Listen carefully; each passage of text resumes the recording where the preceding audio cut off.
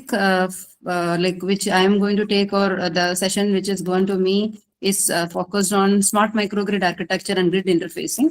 So before going to the details, I will tell you what is my plan in this. So first, generally we used to give presentations about the simulations and how to do the simulation model with a lot of mathematics and all. So today I thought we have completed recently a project here in the Barakai market area, which is that area, the people are not having power supply. Okay, there are, because still we are saying that I am also from one of the government employee, only still we are not commenting anything about the government, but still there are claims that okay, we are everywhere 100% electrified, but still there are places where they are not 100% electrified, or even we can say there are places where they are having limited access to electricity. So even I got one of the project which is funded by Department of Science and Technology and the European Union. It's combinedly funded by Government of India as well as European Union. So basically under that project, we have identified one village nearby.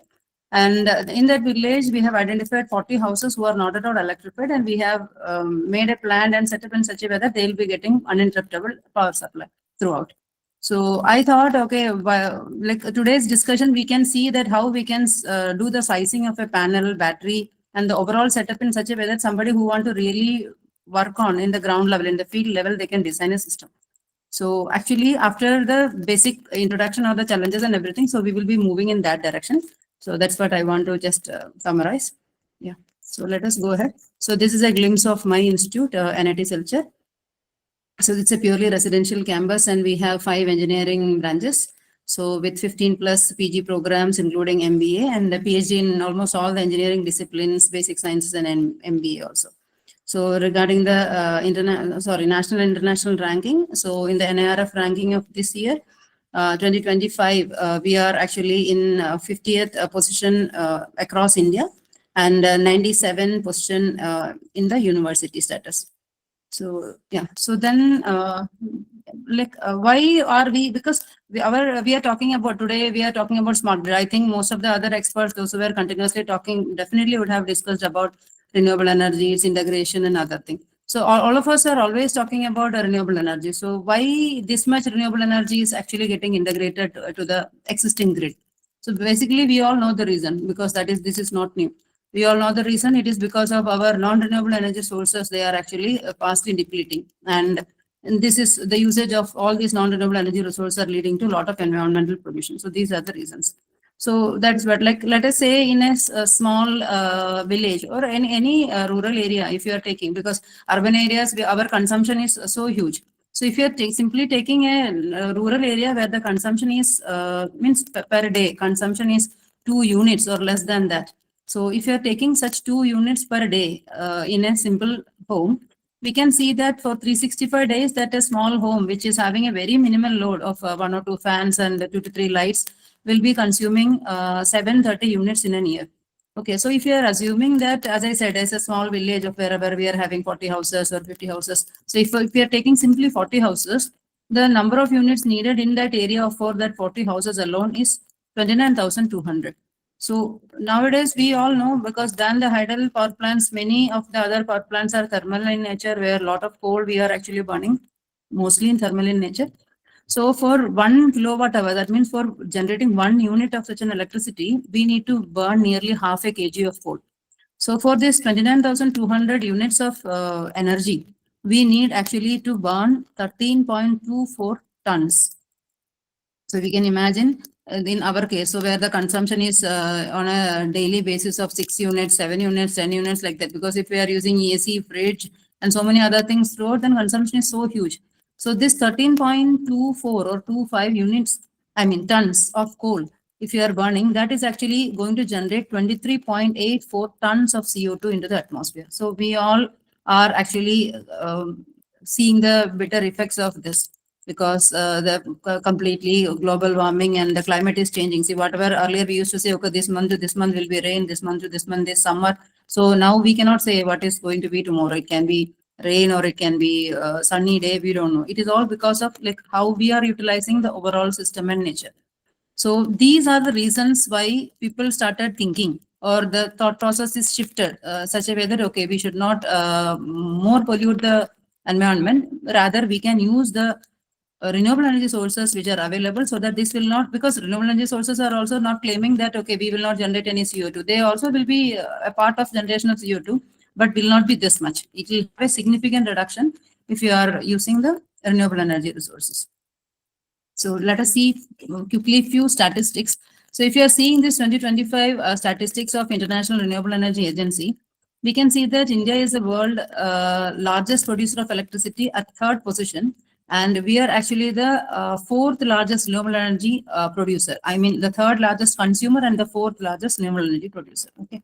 And in that, if you are seeing across the globe, globally, we are in the third largest solar power producer position. So, which means like by years or through years or over the years, like the integration of solar PV systems into the existing grid is increasing in a larger scale. And if you are seeing that, like the total renewable energy capacity is actually 40% of the energy capacity installed by 2023. So that is 160 gigawatt of 400 gigawatt. Out of the 400 gigawatt in 2023 itself, 40% contribution is from the renewable only. So now if you are seeing that the share of the renewable energy in the global energy mix, actually it increased from 40% in 2024, means this is the end of 2023 status. So middle also means generally it will be taken in April also. So it is 42, 43 like that. So from there it is going to increase to 90% by 2050. So this is the plan of different governments of across the globe. And ultimately the plan is like by 2050, most of our consumption will be definitely from renewable energy, different renewable sources in the grid, with the grid. Yeah. So this is also showing that what is the position of different countries, and by 2030. So what will be the position? So by 2030, so definitely we will be in the fourth position in the generation, but the capacity addition will be so huge, will be almost 3 times or 2.5 times what we are having now. So then if you're seeing the total installed capacity as of this year, June 2025, so we have reached 476 gigawatts, which means that much, near to that much we are consuming also. So, and the advantage of addition of all these renewables into the system is that the power shortage dropped from 4.2%, which was there in 2013-14, to now it is only 0.1% of 2014-25, which means most of our power demands are able to meet by the addition of these renewable energy sources also. So over 2.8 crore households were electrified, and the per capita electricity consumption is increased by 45.8%. So this is what. So now if you are seeing the installed capacity here in terms of gigawatt, you can see that the solar power is actually 110.9 gigawatts. Then we are having biopower, then small hydropower plants, wind power, nuclear, hydro, and even thermal. Now also we can see thermal is actually a huge contribution, almost 50% still we are. So in future, slowly, this pie chart will have a reduction in that thermal side, and then solar and other things will be keeping on expanding. That is actually the prediction as well as the plan of the governments across the globe. So then let us see what is this microgrid. Then why we need a microgrid? So far we have seen like what is going to be the future additions in terms of solar, wind, etc. So what is basically a microgrid? Obviously, this is not new. Most of us who are here definitely knows, including the students and faculties are well versed of this for sure. So microgrid is actually a localized grid which can operate independently or can be connected to the main power grid. So what is the advantage? With distributed energy resources like renewable energy, which includes solar, wind, maybe fuel cell, whatnot, whatever is there, you can integrate if you are having an appropriate control, which will not further disturb the grid if you are interfacing with the grid. With smart control and communication for reliable, efficient power transfer. So we can see that in this, which is showing a small microgrid picture. Obviously, this is a picture which I have generally, this is a picture taken from the internet only. So you can see there will be a microgrid controller because you are interfacing so many people. There is someone to control. So there will be a controller.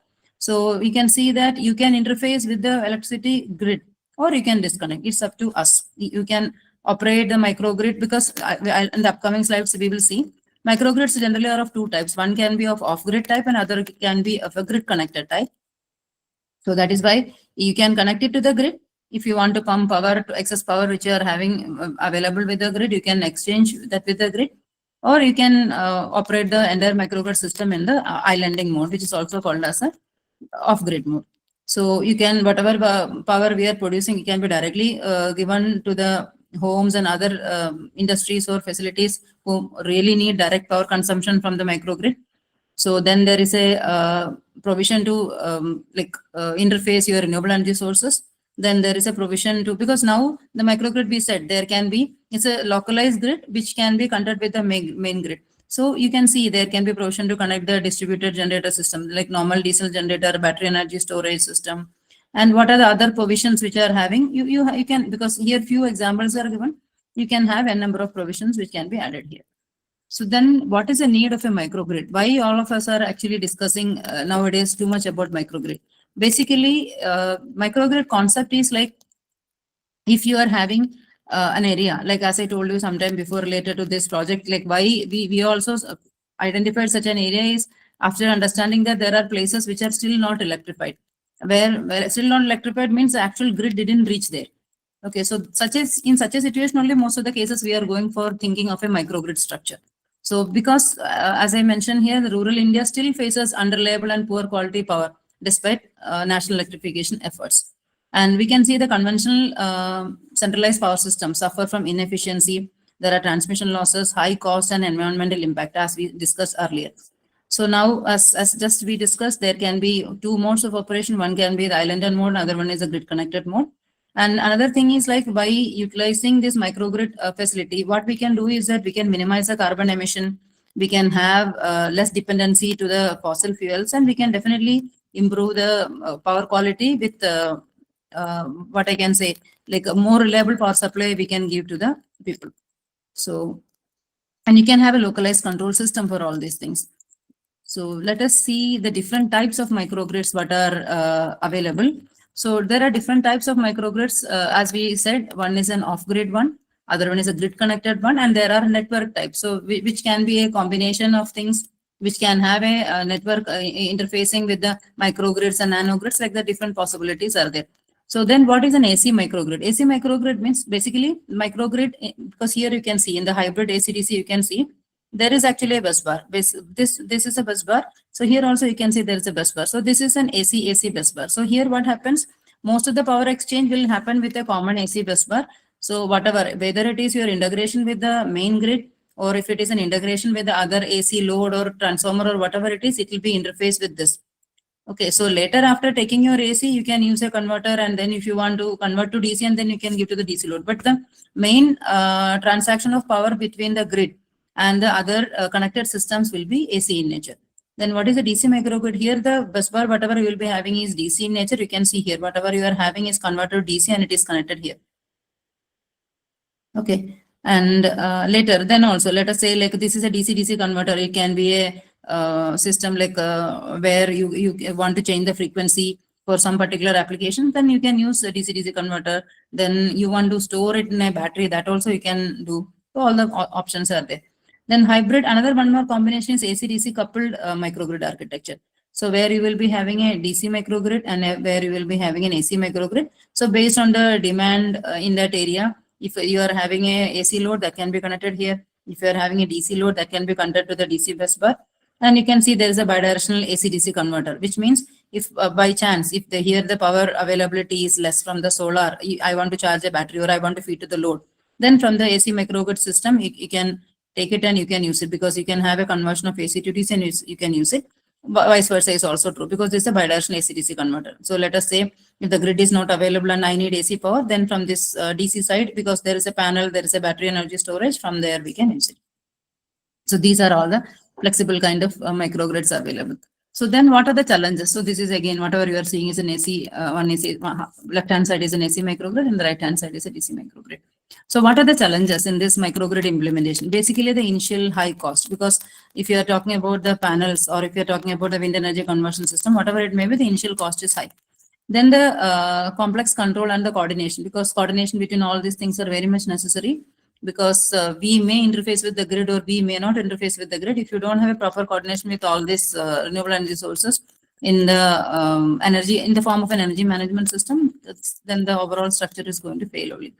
Then cyber security vulnerabilities will be there. Then integration issues will be there when you're trying to integrate with the main grid. That's what, whatever we are producing, just like that, we cannot give to the grid, because we need to see the proper grid integration, which needs appropriate synchronization mechanisms, etc., etc. And let us say if your grid voltage is having any kind of imbalance or harmonics, etc., the interfacing inverter will suffer because of imbalance currents, and there because of imbalance currents, if the power semiconductor devices are of lower rating, then that also may get affected. So a lot of difficulties will come. Actually, though we are talking it with a single bit of sentence, this will have a lot of effect when you are integrating with the grid. So there can be voltage and frequency instability issues. And if you whatever you are generating, and let us say you are generating huge amount of solar power, just like that, we cannot pump to the grid, because it can overload the transmission line.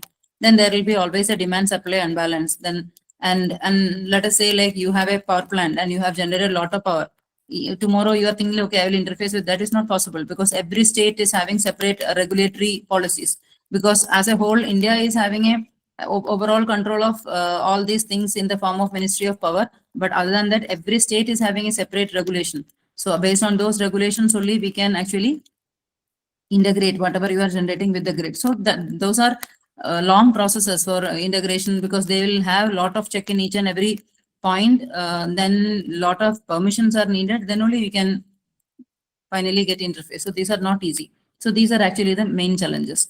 So first of all, what we understood that to avoid all these challenges, obviously regulatory and other challenges we have to address, and we have to take care of appropriate permissions, then only possible. But other things in terms of voltage and frequency instability issues, cybersecurity issues, overloading of transmission line, those things actually can be taken care through appropriate control. So that is why there is need of an intelligent power grid, which is nothing but a smart grid.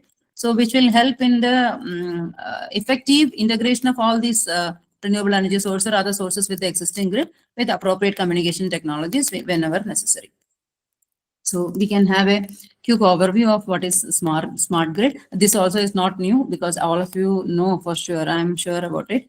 So basically the smart grid will be having advanced digital and communication technologies. So obviously there is a possibility of a real-time monitoring and automation. Otherwise, whatever earlier we said as challenges will remain as challenges only. So that those challenges can be overcome only because we can have a real-time monitoring of what is happening, how much power is actually going to be, like we can even predict, okay, tomorrow how much power, because by having a appropriate monitoring of what was actually the, let us say in terms of solar, what was the solar irradiation for the past 1 year, exactly that will not repeat, but more or less we can predict based on appropriate sensing and analysis. So that is actually possible. Then bidirectional power flow and data flow is also possible. So we can use IoT, PMU, and SCADA and other kind of things we can use for appropriate sensing of the voltage, power, and all these things at different instances wherever you want to monitor. It can be from the individual house level to a system level, we can monitor and do appropriate control. So the merits are high efficiency when you are interfacing the complete system with a smart flavor. So you will have a high efficiency because you are trying to control maximum things which were earlier we were unable to address properly. And this will definitely reduce the losses. And the seamless integration of all these renewable energy sources is possible, and enhance reliability and outage prevention. Then consumer participation through smart metering. Okay, because I can, like today, if I am going somewhere and if I don't want to use that much power, if I am having a mobile app or something, so I can do, okay, I can switch on and switch off. Every option is actually there. Okay, and even I can plan, okay, tomorrow I'm having some program in my home, so I need more power. So I can accordingly plan. Another one more thing is that there is a terminology called as a prosumer. So what a prosumer is that, let us say in a nearby village or in a nearby place, tomorrow there is a marriage or some other function. So from one place, because if this is pre-planned, and then from one place wherever power that much demand is not there, so that can be rerouted to that area where huge power demand is there, because all these things can be done seamlessly. The next thing is actually challenges. So many merits are there, but there are also challenges in the smart grid, because there can be cyber security issues and data privacy issues, because once your individual, as a person, individual data is accessible by many, there can be actually privacy issues. Then definitely for doing all this control, and as we are saying, the seamless transfer of power from one area to another, and all this demand management, etc. So they definitely need skilled workforce. And here also implement cost is definitely there. So this is what is the basic concept. And now I thought like we can have a discussion of how this is actually a smart microgrid architecture. which is actually as I said, which we placed here in the nearby area near to our NIT Silchar campus. So whatever you are seeing here is actually a single unit of 7.5 kilowatt system. Can I, so far is okay? Can I go ahead? Yes, ma'am. Yes, ma'am. Yes, ma'am. Yeah. So if we are, let us say, like, how can we design a 7.5 kilowatt solar PV system? Solar PV system, we cannot call it as a solar PV system. Why I said as a solar PV system? Because the major contributor of power is here is solar, and excess power, whatever you are having, obviously can be fed to the grid. So the idea behind this setup is that you will have a appropriate designed PV plant of 7.5 kilowatt, which will actually plan is that much kilowatt of connected load is there. So here you can see that there is a e-rickshaw charging point. There are few houses, and here all the houses are connected with smart metering system and IoT based switches, so that we can actually remotely see that how much power each and every home is consuming. And here also there is a provision to reroute the power. Let us say in this home, today there is no power consumption, or we are observing that such area continuously there is no power consumption. Then if somebody else is needed, we can reroute the power also. All the options are possible. And there is a battery energy management system as well, so that because this area of Assam, where this institute we are having, Silchar, so we are having a very good solar irradiation level from 600 to 750 watt per meter square. So which can produce a good amount of energy daily. So whatever we are generating, we can have a backup, which is generally called as autonomy. So 2-day autonomy means two days we can have, means energy can be stored in such a way that 2 days, if power is not there also, if solar energy is not there also, if there is some problem in the solar system, or if there is some other issue, the 2 days from the battery, we can feed power to all these things. And you can see that there is a water pumping system of 2 HP machine, and there are few homes. So definitely beyond whatever we are storing, if excess energy is there, it can be given to the grid also, so that it can be used for the nearby people. So this is some layout which I am showing. The houses actually were scattered like this. So in the scattered area, so in between somewhere we have actually kept a smart localized energy management system. So this is actually the area which I am talking about. You can see how the houses are and how the area is. So there is no power. You cannot even see a post here. So there is no power supply at all. So this is another one more area which is nearby. So this is another cluster, but this area, few houses are having power, not all.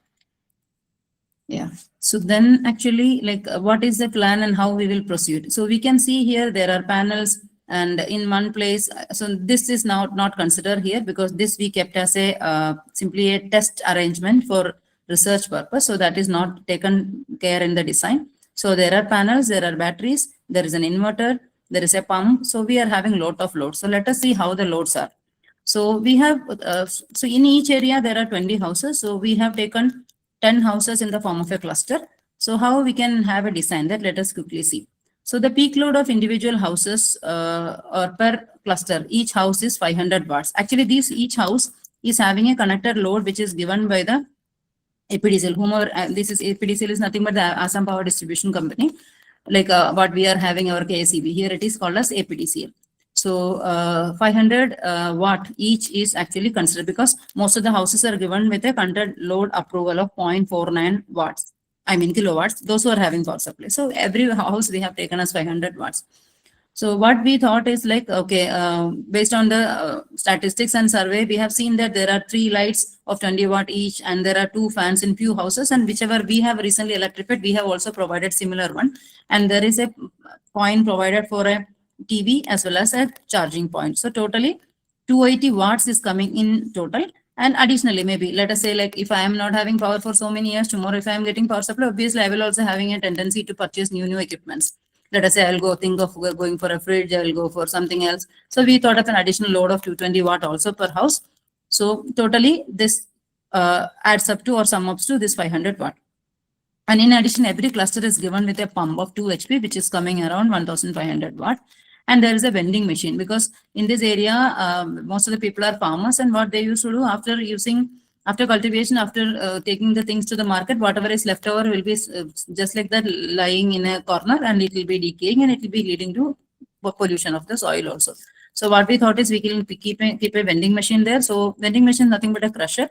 So it will be crushing all these waste. Means definitely the panchayat or that people in that area will be collecting that, they'll be putting in the vending machine, and it will be crushed so that it will be converted to some slurry kind of thing, which can be again dried and can be used for a manure.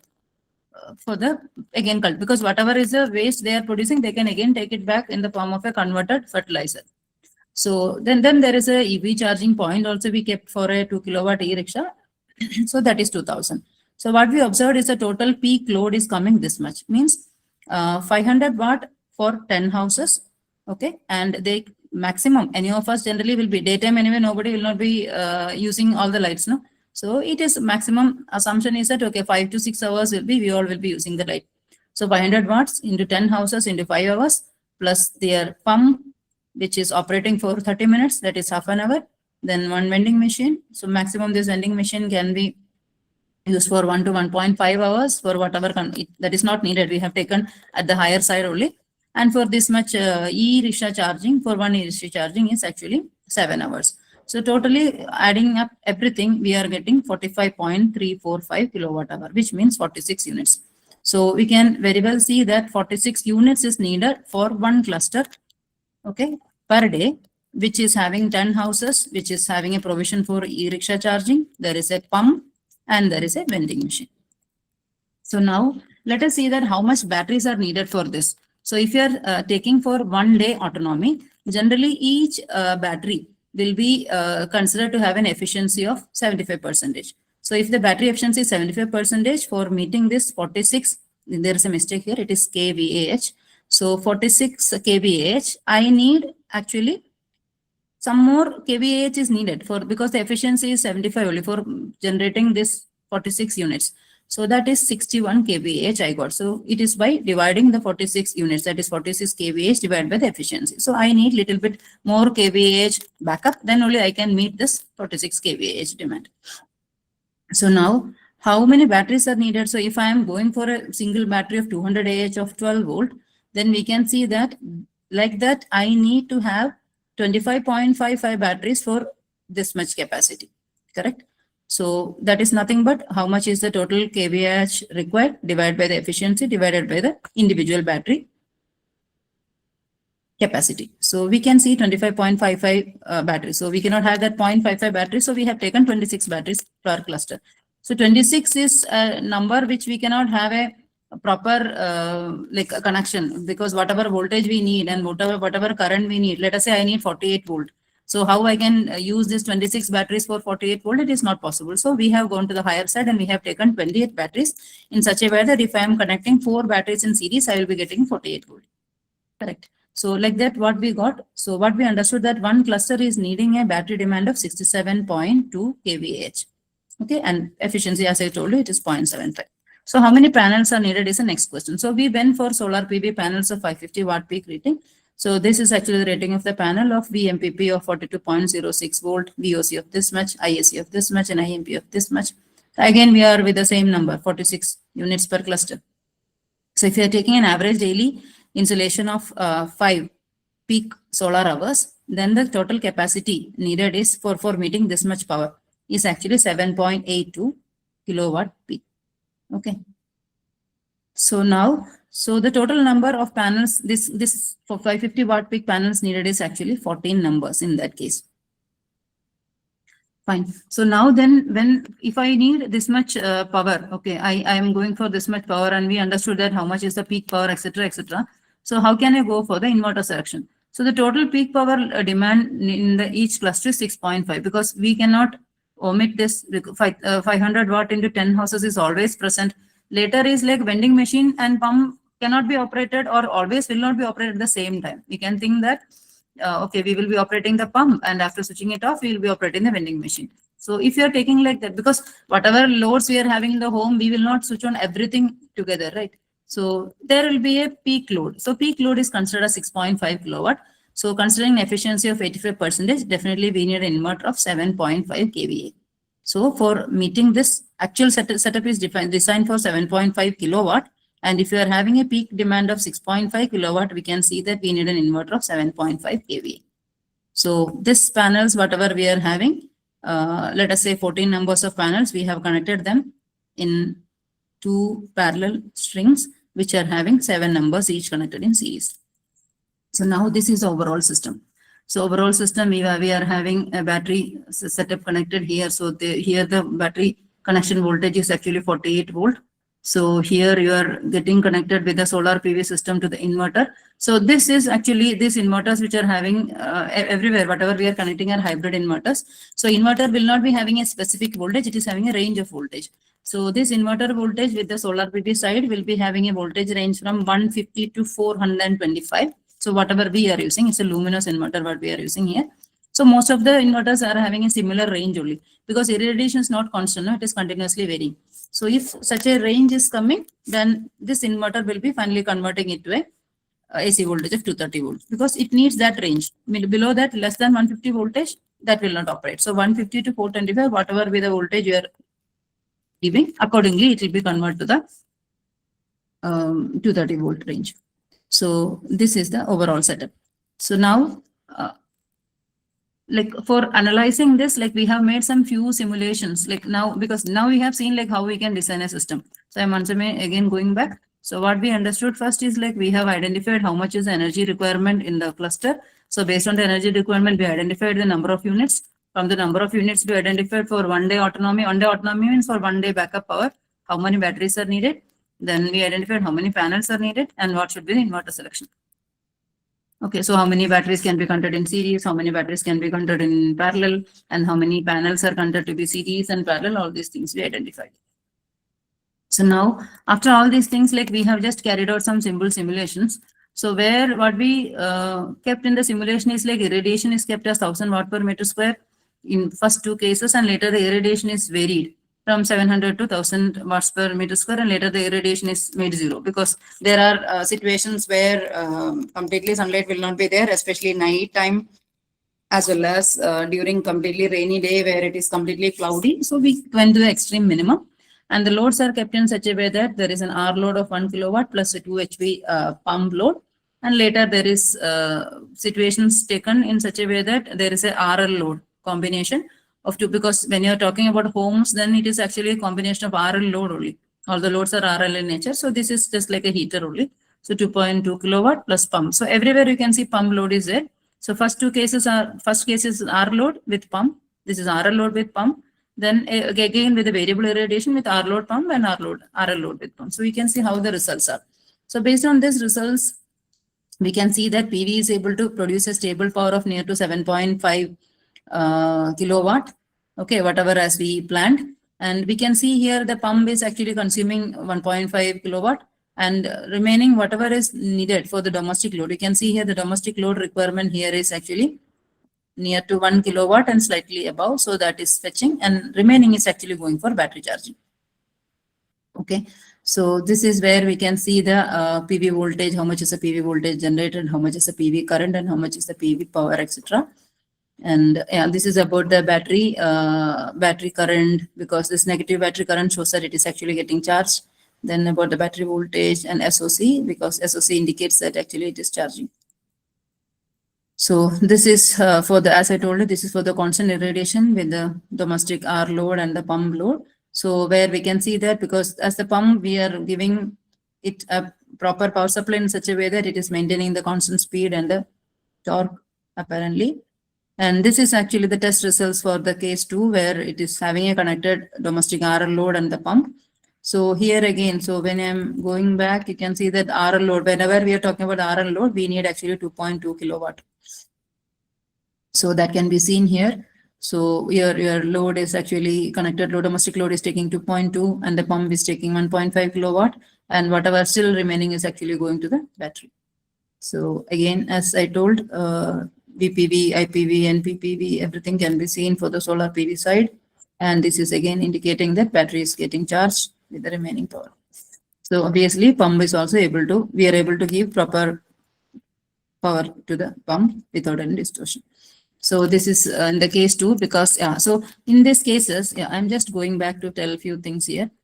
So when you are connecting, let us say such a line is not connected, because this is up to us whether we will giving power to the grid or not giving power to the grid. If you are not giving power to the grid, then this inverter will be operating as a grid forming inverter, which means the reference signals for PWM generation, everything will be set by us. So we will be giving the reference signal, like for example, the modulating signal, and then we'll be comparing the signal with a high frequency carrier, and then accordingly pulses will be generated for the firing of the semiconductor devices. Whereas if this device, if this line is there connected to the transmission line, then obviously this inverter will be operating then in the grid following mode, which means you are already having a grid voltage. So from this grid voltage, we will be taking the reference signal, because we have to always maintain the synchronism. So we will be taking that, and then we will be generating the appropriate signal. So yeah, so then that's what I mean to say. So we can see here in this testing, what we have tested is where the my setup was not connected with the grid. So we were trying to see what is the output of the inverter. Obviously, the output of the inverter without filter will be like this. And the output of the inverter with filter, you can see we were able to minimize a THD from 48.2% from here to 7.1% in this. And next, it is the entire setup is tested for varying irradiance with the domestic R load and pump load. And there, what is our observation is that when the irradiation is varying, starting from nearly about 650 to then 1000 and then coming back to 0, you can see that during that time, in the first half, you can see that whenever the irradiation is low, we are able to generate up to this much power, 5000 plus. And once it is jumping from that 650 to 1000, we can see that whatever is the plan, that is 7.5 kilowatt, that we are able to meet. And after that, PV is not generating any power. So obviously, you can see that when the power is less, because ultimately the total power needed here is actually this 1.5 plus 2. So that much, if you are having battery, will not be giving anything. Battery will be simply charging only during this time, because we are having sufficient power, because our total demand is 1.5 plus 2 only, otherwise 2.2 only. So it is always less than 5. So obviously battery will be charging during that time. Further again, we are having more power. Further, it will be stored in the battery. So at this instant where your solar PV is not having power, then whatever power demand is there, you can see that directly battery is discharging, and we are giving that power to the system through the battery. Okay, so these are actually the details of the PV characteristics, and this is again the SOC. So here you can see that during this time, it is increasing, and after it is decreasing, which means from 4 seconds onwards, the battery current is actually discharging. Yeah. So this is again the case 3. So still we are able to pump and everything if it is under operation. So obviously, because the inverters, whichever we are connecting here, or generally if it is a bigger system, if I am planning to go for a 15 kilowatt, then 7.5 kilowatt design only we have seen. So you will have 2 units like that, and both the units will be connected in parallel, and they will be sharing the connected load. So this is again for a varying irradiance with R and L load, and here also you can see the same scenario. So during the lower irradiance level, approximately similar power, then event is higher, then power generation is also increasing. When the irradiation is not there, then obviously there is no power from the solar PV system. And accordingly, we can see the battery is charging and then discharging in each and every time. So this is again the PV side details. And this is again the battery side details. Okay, and this is about the output which we are feeding to the machine in terms of torque and the rotor speed. Yeah, so that's it about the presentation from my end. And few other details which I want to share is that, so this is all we have seen about the design of a solar PV complete system with battery management and everything, which we are interfacing with the grid. And another one more thing which I would like to discuss here is, now because okay, we have designed everything and we are going to interface. So interfacing will have a lot of things. So one is actually the regulations. So like let us say I am now in Assam, and the system what we deployed is also in Assam. So Assam Power Distribution Company will have some regulations. Anyway, the regulations will not be so much differing in each and every state, because we are all within an umbrella, like as a country, India. So, but regulations are mild, difference in regulations are there across the state. So we cannot, it is something like this. If I am having a power supply in an area, if it is at least one house is having a power supply, The nearby houses, those who are not electrified, just like that, you cannot electrify them, because over your that area, there will be a post which is going, electricity line which is going. Then also you need to take the permission from the respective body of the state. So that is one. And then obviously we all know that this power, whatever we are feeding to the grid, is basically through a bidirectional metering system. There will be a bidirectional meter here. So bidirectional meter will be measuring how much is the power you are giving to the grid. Because once you're interfacing the grid, let us say on fine one day there is a problem with the solar PV panel. If you are having problem with one panel also, you have to shut down the system. Then only you can do the maintenance. So that time your connected loads will not be getting any issue. They will not be actually suffering because of no power, because they can consume power from the grid. So this bidirectional meter will be registering like how much power you are taking from the grid and how much power you are giving to the grid. So difference of that only will be built.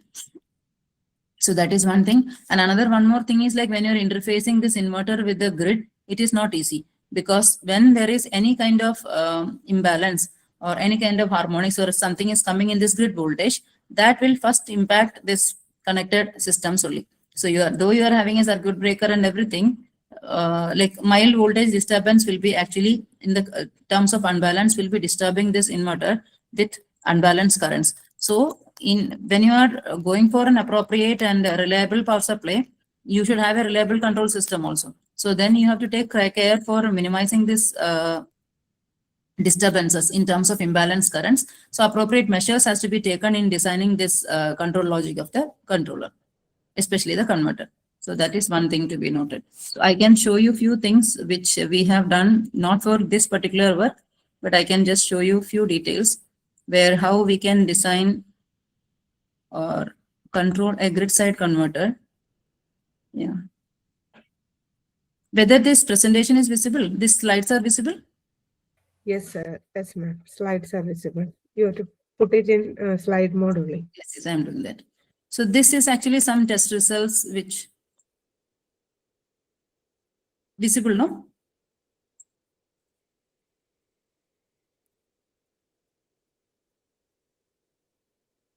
Yes, Madam, sir. is it visible? Yes, yes, ma'am. Yeah, so this I am just talking in terms of DFIG, but whomever you are seeing, please ignore DFIG. So this, whatever we are visualizing here will be the same effect for any connected system. When your grid is having a voltage sag, okay, so such a sag will have, because let us say I want to pump this much power, P. Okay, I want to pump 1000 watts of power, whereas your voltage was 230. Otherwise, if it is a three-phase system, it is 400. So if your voltage is reducing, what is the effect? I want to pump the same. So the effect is that your current will be high. So this current will be high means this current will be passing through your switches only, power semiconductor switches.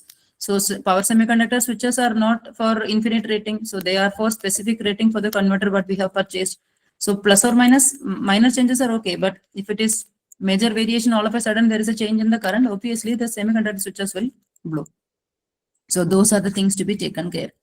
So whereas if there's a symmetrical sag, and if there is a symmetrical voltage sag in all the phases, and then if your currents are within the limit, I mean the current will definitely increase, but the increasing current is still within the limit of the semiconductor switch or with your system within the rating, then fine, nothing will happen. But if the voltage dip is much huge, then definitely it will have impact. So appropriate measures have to be taken for that. Whereas if the sag is an unsymmetrical one, it will have a huge effect. It will completely disrupt the system. Your currents are smooth. You can see they are balanced current, but here the currents are not balanced. They are unbalanced currents with huge magnitude. So this will be the effect of a machine which is connected. If you are having a wind turbine connected here, because I have shown a wind turbine, later I told you it is not added here in the system. So such a wind turbine will suffer with these kind of fluxes, imbalance fluxes with a trajectory, because actually the balanced one will have a trajectory, flux trajectory like this, and imbalanced one will be having a trajectory like this, which is an elliptical trajectory, which will not be rotating in a proper direction, like following the previous flux path. It will be keeping on moving in different direction. It will be like this. So the impact is that, yeah, so when you are interfacing anything with the grid, few things to be taken care, whatever be the system, few things to be taken care. One is the accurate grid voltage position for synchronization, and next is the power control. This second one you can omit now because we are not talking about induction generators now. So this is definitely needed, synchronization, and the other one is actually the appropriate power control. I'm just skipping few things. I want to show few things. This is all about the interfacing one. Generally, the interfacing will be done through a phase lock loop pulley. Everywhere it is there. Everywhere control will be followed by a appropriate synchronization mechanism, which is nothing but a phase lock loop. So every voltage will have a different impact on your PLL. If your voltage is imbalanced, it will have a PLL, the reference signal which is going to the PLL. If it is a SRF type, then it will be having a oscillations of 100 Hertz. And if it is harmonics, it will have an oscillations. If the prominent harmonic components, 5th and 7th are there, then you will have pulsations of 6 omega. Then if it is DC offset, then it will have oscillations of 50 Hertz. So, and so on and so forth. So this is the thing. So if it is a phase jump, so which means everywhere ripples are there. If it is DC offset, also ripple is there. It is not DC. So these are the things to be taken care if you are going for appropriate synchronization. Why I am skipping is to show you a few things. Anyway, since this is not a rotating machine, we are not discussing about the speed. Yeah, then about the power control. So if you are assuming that your grid is balanced, let us say from a solar PV system, I have to pump P amount of power. Fine. So accordingly, I'll be getting a reference from here. Then the reference current I'll be transformed again back to ABC. And then I will be generating the modulating signal. So I got my modulating signal of my reference or my reference. Then I'll be comparing this with a carrier. Okay, so when the modulating signal and carrier is compared, whenever the magnitude of your modulating signal or the reference is greater than the carrier, obviously you will be getting pulses and you will be giving firing signal appropriately. Correct. So now this is a normal scenario. Whereas if your system is having any kind of distortions or unbalanced grid, so then your power is not proper. Your power will not be simply like this. It is not the positive sequence voltage and current alone, because we all studied about whenever there is any unbalance or sag or swell, whatever is a variation in the grid voltage. If X was the voltage, let us say now it is X plus delta X or X minus delta X or X plus delta X minus delta Y. Whatever is a small modification, it will have effect. It will have impact on connected systems. Every system will be affected because not even a single second our voltage is stable. Always there is a variation because allowable variation is always plus 3 to minus 5 to 10%. Always it is there. So then in such cases, there will be a negative sequence voltage also coming into the system. And we all know there will be zero sequence voltage also. Wherever your system is having a open neutral, then zero sequence will not be considered, but plus and minus is always considered, positive and negative. So which means you can see that the power will be pulsating in nature, which means the power you are going to pump to the grid will have some kind of pulsations. Okay, so I can show you in a separate slide here.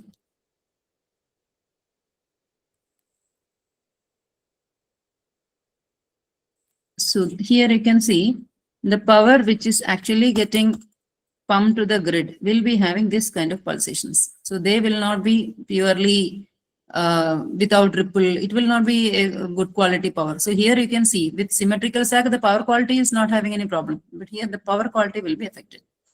So now another thing is like when you're talking about any integrated system with the grid, power quality has to be taken care. So I'm just showing you a few things what we have done for this is actually everywhere. If it is DFIG or any machine with back-to-back converter connection, the converter control is generally the same. So if you're having a grid side converter control, you should take appropriate measures to eliminate this combination of power. Because you can see here, just a minute, I can just show you with the pen.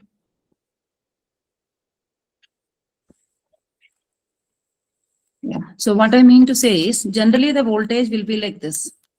Your VS will have VSQ and VSD terms. But when at any moment, when your voltage will have any small addition of like impurities, it can be reduction in the voltage, it can be an increase in the voltage, it can be transient, anything is coming into picture, then this VSQ, whatever you are seeing, this VSQ will have now two components, VSQ plus and VSQ minus. Similarly, your VSD also will have VSD plus and VSD minus. So the same effect will be there in the currents also. So now what happens, the voltage will be, now you can see the voltage, this expression, whatever you are seeing, the basic expression, now this voltage is this, and this voltage is this. Similarly, the current will be similar. We'll have ISG plus and ISQ minus. So if you are cross multiplying, means if this voltage is this, and the current is similarly ISG plus plus ISG minus, then if you are multiplying and opening the bracket, you will have a new matrix like this. So wherever you are seeing the signal, just a minute, wherever you are seeing the signal with this VSQ plus and ISQ plus, whatever you are seeing the product of plus signals of current and voltage, they are finally, it is their steady state DC signals. Similarly, this minus voltage and minus, these things are like the voltages in the negative frame, which are looking from the positive frame. So those combinations, what I mean to say is the components in the same frame, the product of the components of voltage and current in the same frame. It can be positive frame or it can be negative frame. The outcome is a DC signal. Whereas you can see the combination product of plus and minus. These are pulsating terms, which means in power, there are 4 terms which are leading to oscillations like this.